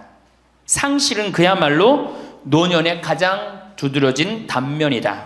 친구들, 친척들, 배우자, 심지어 자녀들이 먼저 갈지도 모른다. 어제 100살 먹은 할머니 얘기를 들어보니까 자식들이 다 먼저 갔다는 거예요. 그러니까 먼저 가는 경우도 있어요. 지금 안 죽으니까. 그럴 때는 그 상실감이 훨씬 더 크다는 거예요. 그러니까 외로움이 점점 나이를 먹으면 먹을수록 증가하는 거죠.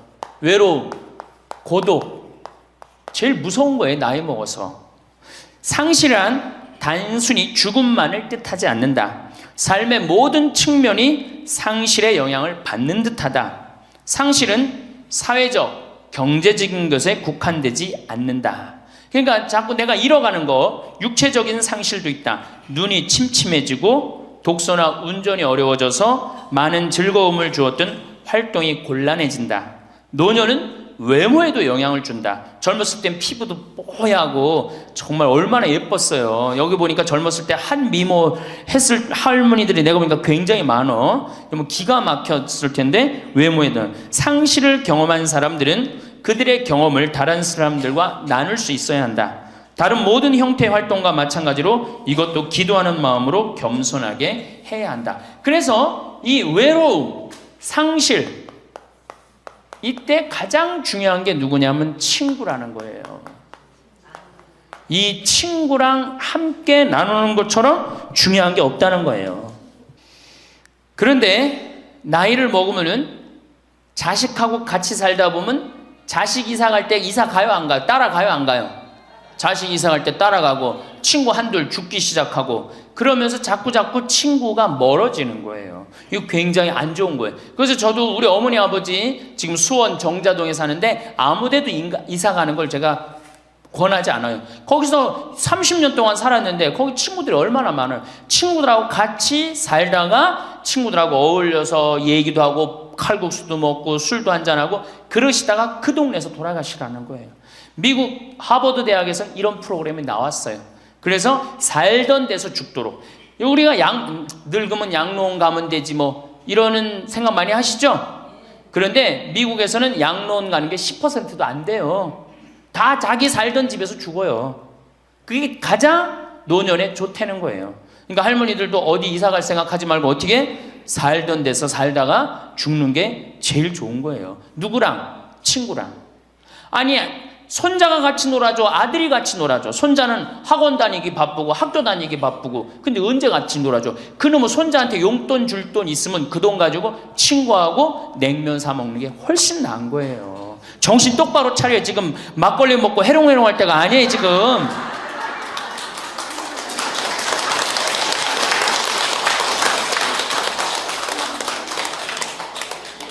여기 비산동 노인대학 할머니들은 정말 행복한 분들이에요. 왜? 일주일에 한 번 나와서 또래 친구들하고 노래도 하고 아까 보니까 또 막 마당에서 노래하고 막 강의도 안 들어오려고 막 그러다 보니까 이게 얼마나 중요한 건데 일주일에 한 번 친구를 만나서 노래하고 춤도 추고 이게 굉장히 중요한 거예요.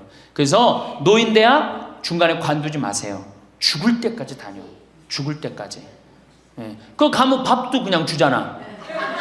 이야 얼마나 좋아. 아니 노인대학 다니까 지금 수학여행 온 거 아니야? 1박 2일? 수학여행도 오고. 아유 한 신부님이 얼마나 훌륭해.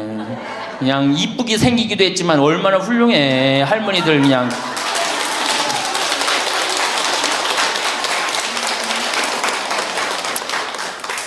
그래서 나는 우리나라 교육제도에 불만이 굉장히 많아요. 왜냐? 초등학교 6년, 중고등학교 6년, 대학교 4년 배워서 60까지 먹고 사는 거예요. 그렇죠? 초등학교 6년, 중고등학교 6년, 대학교 4년 배워서 60까지 울고 먹는 거예요. 그럼 25에서 60까지. 그럼 보통 한 30살 되면은 한 30년 울고 먹고 사는 거예요. 자, 60부터 지금 100살까지 살아. 그럼 몇 년이야? 40년이죠? 이 40년 울고 먹으려면 어떻게 해야 돼? 다시 학교 다녀야 돼요. 배워야 된다는 얘기예요. 그래서 여러분들 지금 대학 다니는 거 아니야?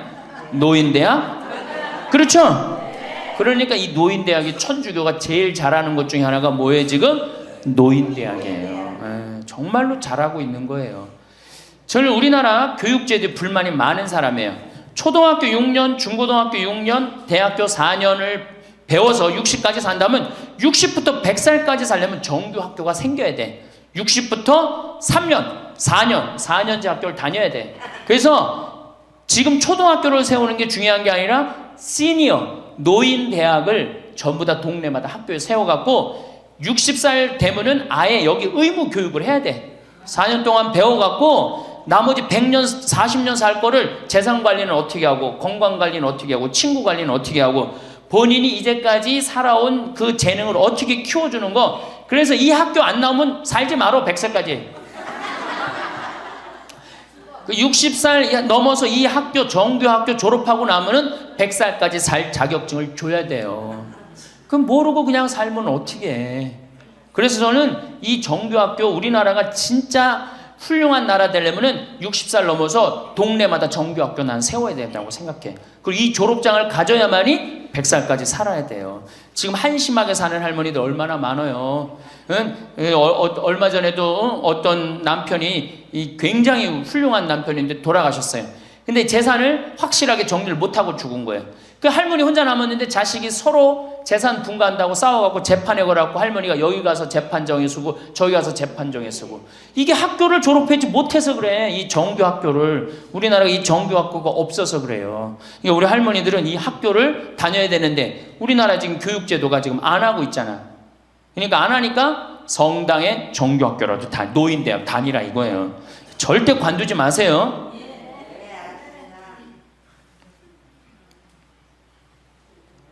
호주에서는 다른 사람 절대 안 만난 할머니가 돌아가셨는데 어떻게 6개월 동안 그 할머니가 죽었는지 아무도 모르는 거예요. 그래갖고 6개월 동안 냄새가 하도 나서 보니까 죽은 지 6개월 돼서 그때 발견한 거예요. 자식들도 뻐젓이 다 있는데 자식이 있어도 부모 6개월, 1년 안 차가는 자식 많아요. 앞으로 여러분들도 그럴 거예요. 여러분들도. 진짜 중요한 건 누구야? 친구야, 친구. 여기 노인대학에 같은 반에 친구가 안 나오면 전화로도 한 통 해볼 거 아니야. 그럼 죽었는지 살았는지 꼴가닥 죽었는지 어떻게 했는지 알 거 아니에요. 그래서 노년에 가장 중요한 건 친구다. 며칠 전에 능평성당에 70대 된 할머니 할아버지 네 부부가 여기 와서 2박 3일 동안 놀고 가셨어요. 네 부부가 바나 다 갖고 오고 쌀, 반찬 다 갖고 왔어. 그럼 비싸지도 않지. 하루에 뭐 잠자는 거 하면 4만 원, 5만 원이면 되니까 그 4일 동안 여기 와갖고 얼마나 근사하게 놀고 갔는지 몰라요. 그러니까 가능한 한 집에서 자주 벼야 돼, 집을. 며느리하고 가능한 한 안 마주치는 게 좋은 거예요. 그래야지 며느리도 편안하지, 누구도 편안해? 나도 편안하고. 뒷방에서 쭈그리고 앉아있으면 알아주는 사람 아무도 없다 이거예요. 아무도 없어요. 그래서 뒷방에서 쭈그리고 앉아갖고 방 출입하지 않으면은요, 그렇게 뒷방에 깜깜하게 있으나 관 속에 깜깜하게 있으나 똑같은 거예요. 살아도 살아있는 게 아니란 말이에요. 그 살아있으려면 멋있게 살아있어야 될 거 아니야. 그러니까 놀러도 좀 가고. 이제 그건 내가 4번째 시간에 얘기를 할 거예요. 어떻게 노느냐. 그 방법도 모르니까.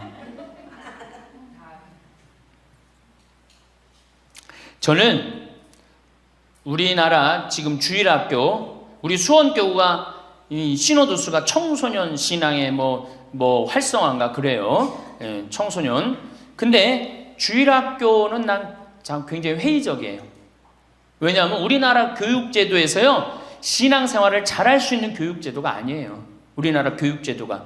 학원 죽으라고 다니고 그렇게 지쳤는데 토요일날 일요일날 겨우 쉴만하는데 성당 가고 점점 성당이 부담스럽잖아요. 그러니까 주일학교에 있는 돈 없는 돈 다 쏟아넣어. 보좌신부가 그냥 총력을 기울여 주일학교에. 그 6학년 졸업하고 나면은 이놈들이 중고등학교 가면요 학원 다니고 대학 가야 된다고 성당 다 안 나와요. 그러니까 초등학교가 1000명이면은 중고등학교는 100명으로 줄어들어요. 여기다 뭘 돈을 쏟아넣고 그래. 주일학교 2박 3일 여름 피정 데리고 가는 것보다 진짜 중요한 건 노인대학이야. 노인대학은요 줄어들지도 않아. 죽지도 않으니까 줄어들지도 않고 그대로 가는 거야. 얼마나 좋아. 그리고 성당 평일미사 다 메우는 사람들 누구야? 할머니 할아버지들 아니야. 주일날 성당 다 메우는 사람들 누구야? 연령 저 초상 남은 거기 갖고 연도 다 바치는 사람들 누구야? 이게 노인처럼 중요한 게 없는 거야. 그러니까 보좌신부는 주일학교 애들을 위한 보좌신부가 아니고 누구를 위한 보좌신부여야 돼? 노인댁을 위한. 이 새파란 신부가 와서 할머니들한테 재롱 피면 좋아 안 좋아? 그냥 우리 할머니들 보좌신부 보기만 해도 좋죠? 근데 왜 그 보좌신부를 주일학교 애들한테 쏟아 넣느냐고. 참 진짜 노인대학이 중요한 거예요. 그래서 우리 할머니 할아버지들 이거 관두지 말고 꼭 열심히 다니세요. 아셨어요? 네. 자, 이제 노년의 첫 번째 외롭다 말씀드렸어요. 외롭다. 네. 두 번째로는 노년에 이 자식들하고 문제예요. 자식들하고 갈등이 생기기 시작해요. 내가 이렇게 많이 쏟아 넣었는데 너는 나한테 해주는 게 뭐가 있느냐. 이렇게 계속 섭섭해요. 근데 사실 자식들도 살기 힘들어요. 생각해봐. 자식들 아파트 청약 보야지. 애들 학원 보내야지. 전기세 내야지. 전화비 내야지. 먹어야지. 그렇죠? 그 자가용 타고 다니면 요즘 기름값 올라가면 기름값 내야지.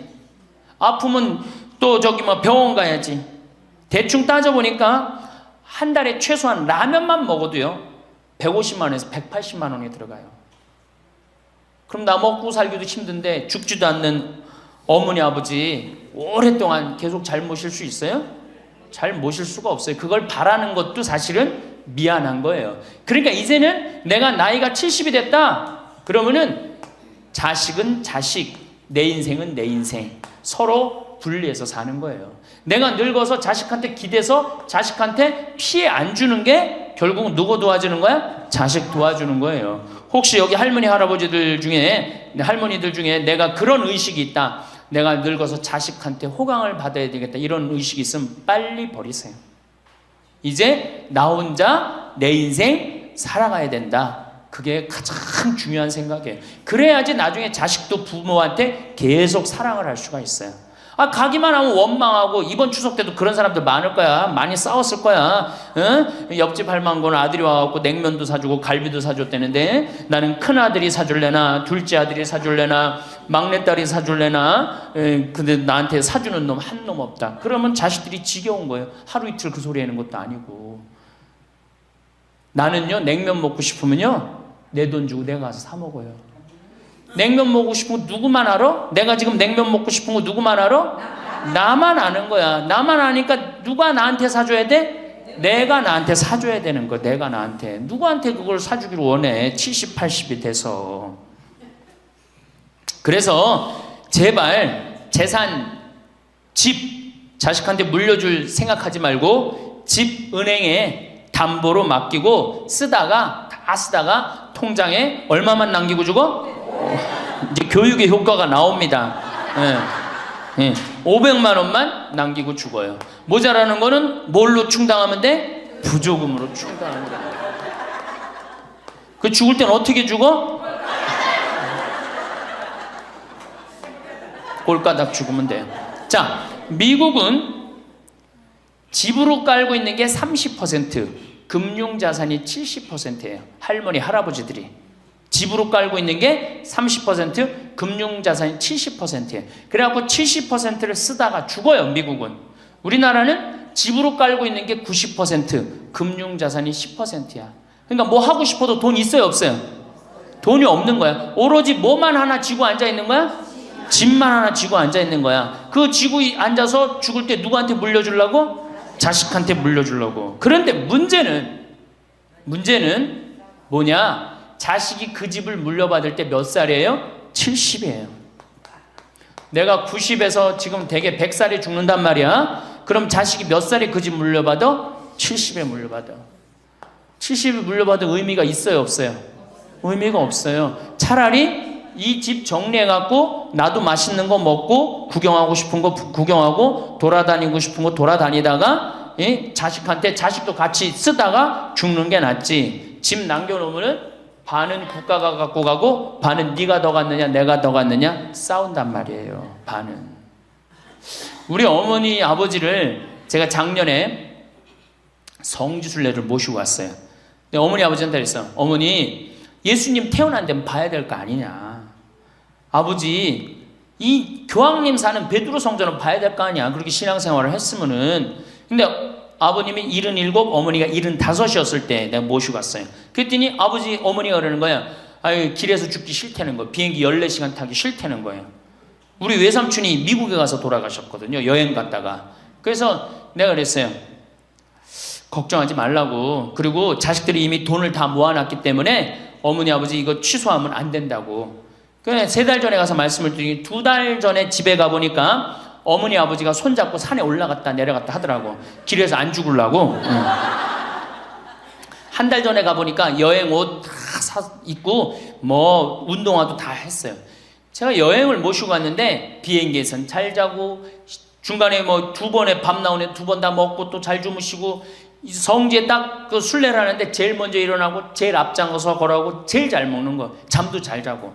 누가 77이라고 그래요. 그래갖고 토요일날 밤 10시에 집에 들어왔어요. 한국에 들어와갖고 나하고 한 15분이 우리 어머니 아버지하고 성주순례를 갔는데 다음날 10시에 내가 전화를 했어요. 10시에 전화를 했는데 성주순례 갔다 온 분들 다 괜찮은가 확인했는데 다 비몽사몽 전화를 받는 거예요. 40대 50대 된 분들이 갔었는데 근데 집에 전화했는데 어머니 아버지가 전화를 안 받는 거예요. 걱정이 되고 계속 전화를 했는데 2시에 이제 통화가 됐어요. 아유 왜 전화 안 받느냐고. 아버지는 약수터에 물 들어가고요. 어머니는 머리하러 가신 거야. 그렇게 13일 동안을 여행을 갔다 오고 다음 날도 안 죽어요. 지금 77, 75 말도 아니에요. 그렇게 모시고 여행을 갔다 왔더니 지난달에 내가 집에 가고 어머니 아버지하고 전심 같이 갈비 먹었어요. 그야말로 갈비를 먹는데 어머니가 그러는 거예요. 신부님 작년에 신부님이 저기 막 성주순례 유럽 갔다 온다고 여행 가방을 이쁜 걸 사주었는데 집에 그 여행 가방이 이렇게 앉아 있는데 여행 가방이 너무 아깝다고. 저 여행 가방이 또 가자 이거지. 그래서 제가 그랬어요. 알았다고. 올해는 경제가 어려우니까 내년에 내가 모시고 가겠다고. 그래서 내년 모시고 갈 계획이에요. 왜? 이제는 인생이 휴가란 말이야. 휴가니까 정말로 인생을 즐겁게 살고 좀 하느님께 영광 드리고 감사하면서 살다가 떠날 때 부조금은 어머니의 이름으로 부조금이 들어오면 어머니 이름으로 과원에 집 한 채 줘줄 거고 아버지가 돌아가시면 아버지 이름으로 집 한 채 드리고 그리고 아무것도 남기지 않고 가시는 거예요. 그게 멋있는 거예요. 그러니까 제발 욕심을 버리세요.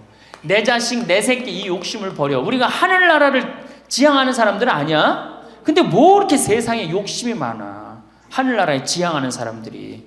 그러니까 돌아가실 때는 누구한테 돌아가? 난 이 돌아간다는 말 참 좋아해요. 죽었다는 말보다 돌아간다는 말을 참. 어디로 돌아가? 하느님한테로 돌아가는 거예요. 돌아갈 때는 하느님한테 돌아갈 때는 좀 자신 있게 돌아가야 될 거 아니야. 세상에 다 묻어놓고 그냥 빈털터리로 너 나한테 한 게 뭐 있냐? 난 자식한테 다 주고 왔습니다. 하느님 내가 고아원 아이들 정말로 정말 엄마 아버지 없는 아이들 위해서 집 한 채 져주고 왔습니다. 나보다 훨씬 더 불쌍한 할머니 할아버지들 위해서 집 한 채 져주고 왔습니다. 이게 나요? 내가 자식한테 물려주는데 국가가 반 갖고 가고 자식이 갖고 싸웁니다. 지금 이게 나요? 어느 게 나요? 이렇게 얘기해도 집에 가보면은 말짱 노릇먹여요. 자, 그래서 우리 할머니들 제발 내가 자식한테 집 물려준다는 생각하지 말고 그거 아까 조사해보니까 4억에서 5억 정도 한다며요. 내일 집에 돌아가면 바로 은행에 가세요. 응? 그래갖고 바로 은행에 잡혀갖고 한 달에 2억이면 20년 쓸 수 있어요. 한 달에 200만 원. 그러니까 100만 원씩. 한 달에 100만 원이면 쓸만해, 안 쓸만해요? 쓸만하죠? 예, 그건 뭐 내가 이제 다음 시간에 말씀을 드릴 거예요. 자, 외롭고 친구가 없고 그 다음에 자식하고 관계가 안 좋아져요. 그 다음에 나이를 먹으면은 몸이 여기저기에 아파요. 잘생기고 이뻤던 얼굴에 검버섯이 피죠. 그렇죠? 곱고 이뻤던 얼굴이 쭈글쭈글해지고, 그렇죠? 예. 당뇨병이 생겨서 기력도 빠지고, 관절염이 생겨서 무릎도 아프고, 골다공증이 생겨서 넘어지기만 해도 뼈가 부러지고, 심장병도 생기고, 또 치매까지 걸리면 자식인지 누군지 구분도 못하고, 예? 여기가 하늘인지 땅인지, 예? 그것도 구분 못하고, 고혈압으로 쓰러져 갖고 다리 한쪽 질질 끌고 다니고, 이런 그런 거를 주위에서 자꾸 보면 자꾸 자신감이 있어요, 없어요? 없죠? 그런데 이런 사람들은 극히 드물다는 거예요. 미국의 95%는 건강하게 살아요. 그리고 여기 있는 할머니들은 지금 안양에서부터 여기까지 관광버스 타고 2시간 반 동안 왔죠? 그러니까 여기 있는 할머니들은 적어도 100살까지 전혀 문제없이 살 할머니들이에요. 100살까지. 왜? 지금 근력은 100살까지 관리만 잘하면 100살까지 산단 말이에요. 관리만. 그리고 살다가 죽을 때는 어떻게 죽을 수 있는 가능성이 많은 할머니들이야? 꼴가닥 죽을 수 있는 가능성이 많은 할머니들이에요. 자, 그러니까 할머니들이 이제 운동을 잘 하셔야 돼요. 그냥 늙었다고 난 늙었다 이걸로 끝나는 게 아니에요. 우리 할머니들, 며느리들한테 섭섭한 할머니들 많죠? 100명이면 99명이 며느리한테 섭섭해요. 100명이. 맞죠? 네. 아유, 솔직해네. 비산동 할머니들이. 왜 내가 100명이면 99명이 며느리한테 섭섭하냐면, 내가 고해성사를 들어보면요, 내가 비산동에 있을 때 16,000명이었지, 교우들이. 고해성사 무지하게 많이 들어봤어요. 할머니들이 오면 고해성사의 100%가 다 며느리 욕이에요. 며느리 욕. 뭐 며느리가 얼마나 못되게 한 거 뭐 다 얘기해요. 그럼 내가 뭐라고 그래?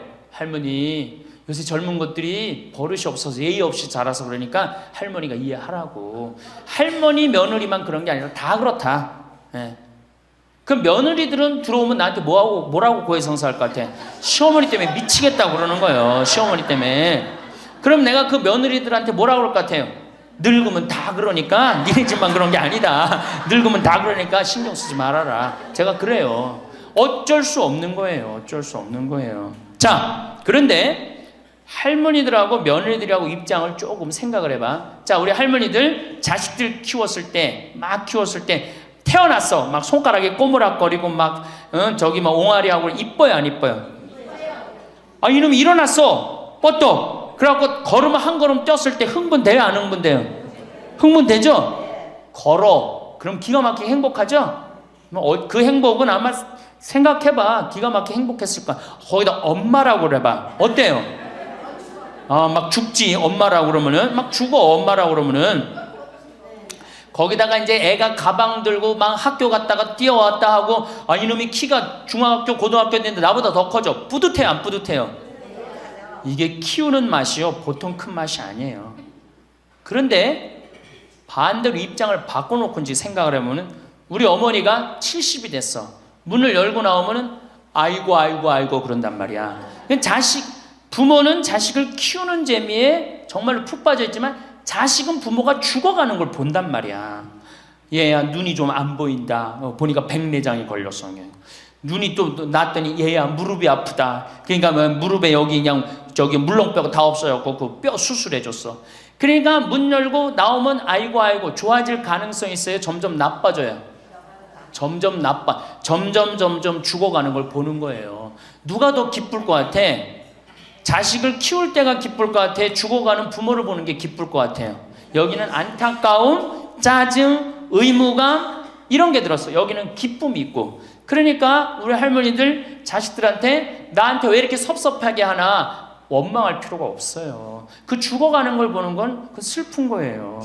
그 외로운 거예요. 이게 정말 좋은 건 뭐야? 그 모습을 자식한테 안 보이는 거예요. 따로 떨어져서 사는 게 제일 좋은 거예요. 따로 떨어져서 사는 게. 그러니까 제발 같이 살 생각 좀 하지 마세요. 자식한테 뭐 의지하고 기대하고 산다. 지금부터 피눈물 나는 이야기를 하겠습니다. 제가 평택에서 알고 있던 할머니 한 분이 옛날에 과학 선생님을 했어요. 이 할머니가 나이가 82살인데 글쎄 75살 되던 해에 아들이 꼬신 거예요.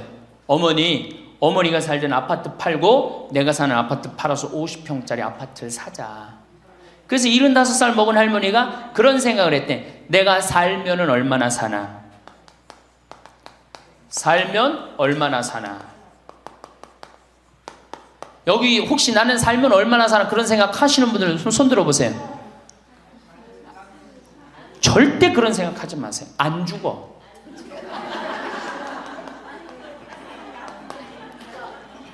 얼마 전에 102살 먹은 할머니한테 인터뷰를 했어요. 기자가. 할머니 제일 후회스러운 게 뭐예요? 그랬더니 70살에 그랬대. 내가 살면 얼마나 사나? 내일 모레면 죽겠지. 내일 모레면 죽겠지. 그런 생각을 했대요. 그래서 자식들이 어머니 어디 여행 갑시다. 그럼 내가 살면 얼마나 사는데 무슨 여행이냐. 니네들이나 갔다 와라. 난 여기 있을 테니까. 그러는데 80이 돼도 안 죽더래요.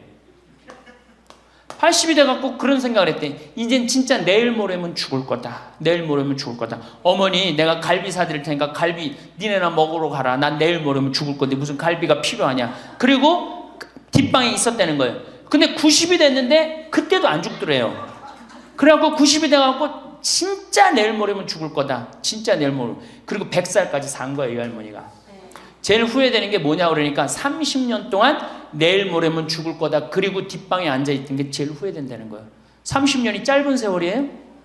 그 30년 동안 돌아다니고 먹고 싶은 거 먹고 만나고 싶은 친구 만나고 노인대학에 나오면 춤 시간도 있죠. 춤도 추고 박수도 치고 그랬으면 그 30년이 축복의 30년이야? 저주의 30년이야? 축복이죠? 근데 그 할머니는 어떻게 사는 거야?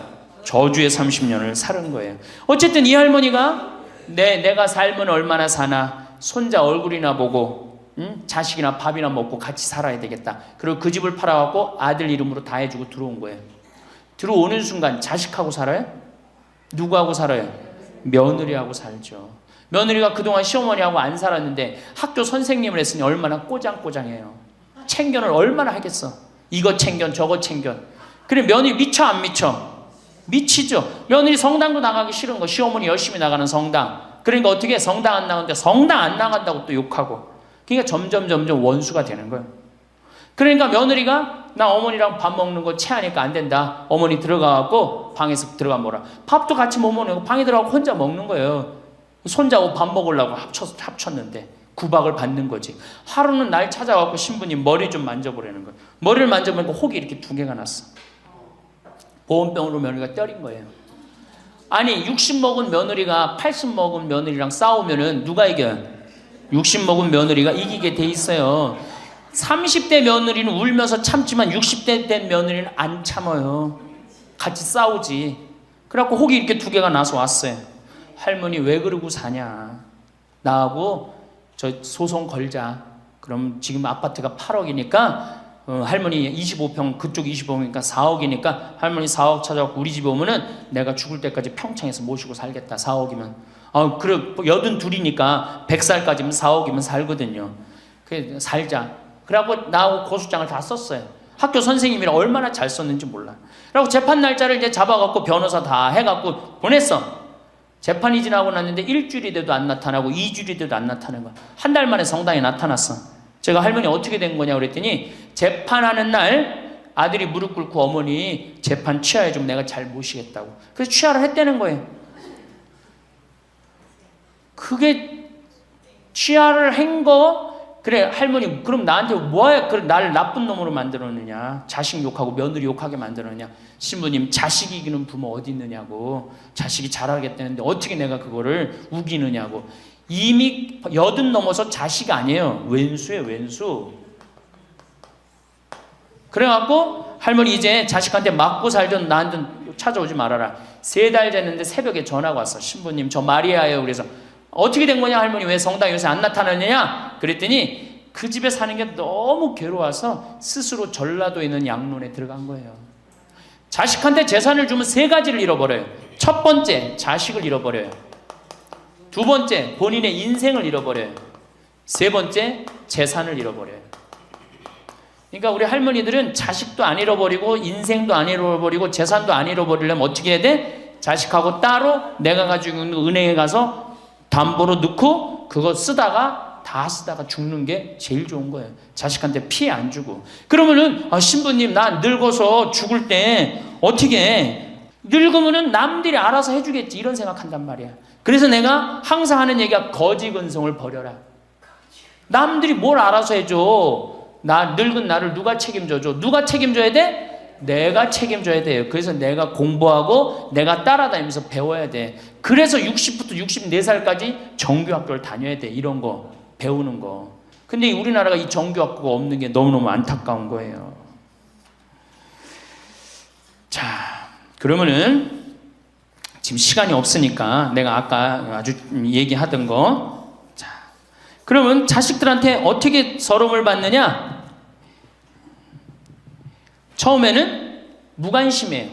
늙은 부모한테 무관심해. 밥을 먹거나 말거나 전심을 뭘 먹었는지 반찬을 뭘 먹었는지 우리 어머니가 노인정을 어디 나가는지 몰라. 무관심이야. 무관심. 요거는 중요하니까 다음 시간에 합시다. 이거 그냥 스쳐 넘어가면 안 될 것 같아. 제대로 다음 시간에 노년에 자식들한테 어떻게 구박을 받는지 구체적으로 얘기를 하고 다음 시간에 우리 얘기하는 걸로 하겠습니다. 예, 감사합니다.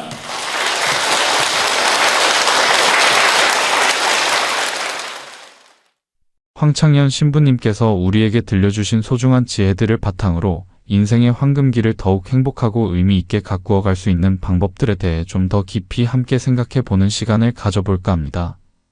신부님의 통찰은 우리 삶의 중요한 전환점에서 따뜻한 등불이 되어줄 수 있다고 생각합니다. 첫째로 신부님의 말씀을 다시금 떠올려보면 현대 사회는 우리에게 이전 세대와는 비교할 수 없을 만큼 긴 노년의 시간을 선물로 주었습니다. 이 늘어난 시간을 단순히 남은 시간으로 여기기보다 새롭게 주어진 기회의 시간으로 바라보는 것은 어떨까 합니다. 과거에는 생업과 자녀 양육에 집중했다면 이제는 오롯이 자신을 위한 시간, 평소 꿈꿔왔지만 미처 시도하지 못했던 일들을 펼쳐볼 수 있는 소중한 기회로 삼아 이전과는 다른 우리만의 풍요로운 인생 후반전을 적극적으로 설계해보는 일에 대해 함께 고민해보면 좋겠습니다. 마치 인생이라는 책에 흥미진진한 다음 장을 직접 써내려가듯 앞으로 펼쳐질 20년, 30년을 위한 구체적인 목표와 계획을 세우는 것은 그 자체로 큰 설렘과 활력을 가져다 줄 것입니다. 둘째로 노년기에 찾아올 수 있는 큰 그림자 중 하나로 신부님은 외로움을 자주 언급하십니다. 이 외로움을 지혜롭게 다스리고 삶의 기쁨으로 전환시키는 방법으로 마음을 터놓고 나눌 수 있는 친구들과의 깊은 유대가 얼마나 중요한지 다시 한번 깊이 생각하게 됩니다.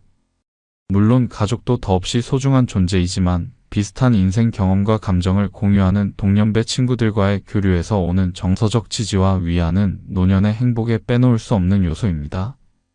그래서 복지관이나 경로당, 노인대학, 혹은 다양한 취미, 동호회나 자원봉사활동 등에 적극적으로 참여하며 새로운 관계를 만들고 오랜 친구들과의 만남도 더욱 소중히 가꾸어 나가는 것이 좋다고 많은 이들이 이야기합니다. 또한 새로운 친구를 사귈 때는 열린 마음으로 먼저 다가가고 상대방의 이야기를 경청하는 자세가 중요하며 이러한 노력들이 모여 삶을 더욱 풍요롭게 만들 것입니다.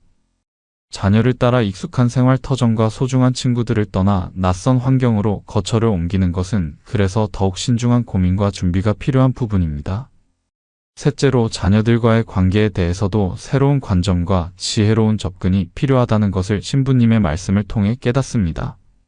이제는 자녀에게 모든 것을 기대고 의존하기보다는 부모로서 독립적이고 활기찬 모습으로 자신의 삶을 주체적으로 살아가는 것이 우리 자신에게도 그리고 자녀들에게도 더 긍정적인 영향을 줄 수 있다는 점을 함께 생각해 봅니다. 스스로 행복을 창조하고 만족스러운 노년을 보내는 부모의 모습은 자녀에게 정신적인 부담 대신 오히려 존경과 사랑의 마음을 불러일으킬 수 있습니다. 또한 재산 문제에 있어서도 모든 것을 미리 자녀에게 넘겨주기보다는 우리 자신의 안정되고 품위 있는 노후 생활과 개인적인 즐거움을 위해 충분한 부분을 계획적으로 확보하는 것이 얼마나 현명하고 중요한 일인지 되새겨 보아야 합니다. 이러한 경제적 자립은 노년의 자존감을 지키는 든든한 버팀목이 되며 자녀와의 관계에서도 불필요한 갈등을 예방하는 데 도움이 될 수 있습니다. 넷째, 행복하고 활기찬 노년의 가장 기본적인 조건은 역시 건강이라는 점을 아무리 강조해도 지나치지 않습니다. 신체적인 변화를 자연스러운 과정으로 받아들이면서도 이에 너무 위축되거나 방치하기보다는 꾸준한 자기 관리와 예방적 노력으로 건강을 적극적으로 돌보는 것이 중요하다고 수많은 전문가와 신부님께서도 강조하십니다. 걷기나 수영, 가벼운 체조나 근력 운동 등 자신에게 잘 맞고 즐겁게 지속할 수 있는 활동을 찾아 규칙적으로 실천하는 생활 습관의 중요성을 다시금 생각합니다. 이와 함께 나는 오늘도 건강하고 활기차게 살아갈 수 있다는 긍정적인 마음가짐과 더불어 일상의 작은 것들에도 감사할 줄 아는 태도, 그리고 사소한 일에서도 기쁨과 즐거움을 발견하려는 여유로운 마음은 정신 건강을 위한 더없이 좋은 영양제가 될 수 있습니다. 스트레스 관리 기법을 배우거나 명상, 자연과의 교감 등을 통해 마음의 평온을 찾는 노력도 건강한 노년을 위해 매우 유익합니다.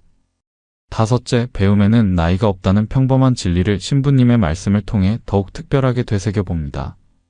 실제로 60을 넘어서도 혹은 70, 80이 되어서도 새로운 지식이나 기술을 배우고 도전하는 것은 메마르기 쉬운 일상에 큰 활력과 샘솟는 기쁨을 더해줍니다.